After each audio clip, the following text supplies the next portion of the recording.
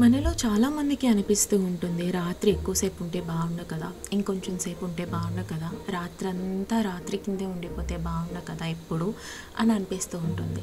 కానీ ఇది వరకు అసలు రాత్రి ఉండేదే కాదట.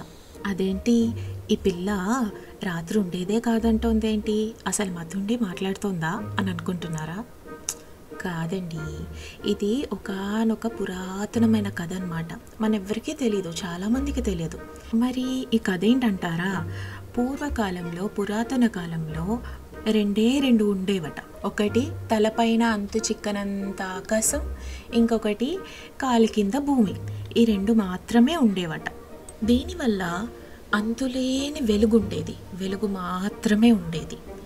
అప్పుడు ఈ విశ్వమంతా కలిసి ఈ వెలుగుకి విశ్రాంతి, ప్రశాంతత కలిగించడం కోసం చాలా ప్రార్థనలు చేశాయంట. ఆ ప్రార్థనల్లోంచి పుట్టిన దేవతే రాత్రి దేవత.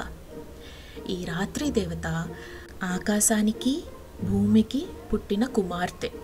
రాత్రి దేవత జన్మిస్తూ జన్మిస్తూ తను ఈ ప్రపంచాన్ని మొత్తం చీకటితో కమ్మేసింది.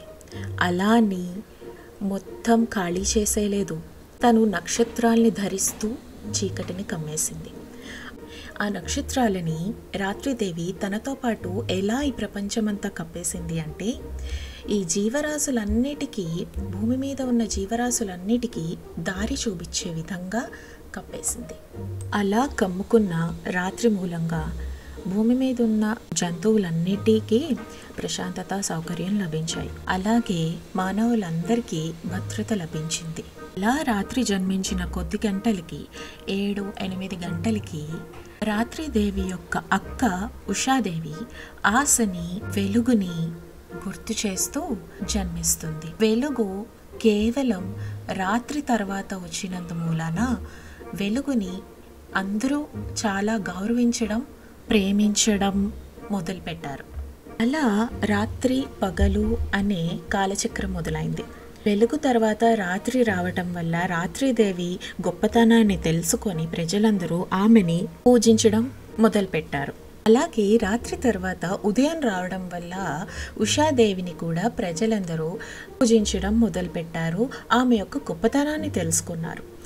ఎలాగైతే రాత్రి పగలు బ్యాలెన్స్డ్గా ఒకదాని తర్వాత ఒకటి రావడం వల్ల ఒకదాని గొప్పతనం వల్ల ఇంకొక దాని గొప్పతనం తెలిసిందో, అలాగే మన జీవితాల్లో కూడా బ్యాలెన్స్ అన్నది చాలా ఇంపార్టెంట్.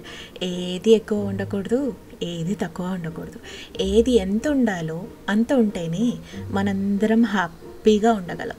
సో ఈ కథ కనుక మీకు నచ్చితే ఒక లైక్, సబ్స్క్రైబ్ అండ్ కామెంట్.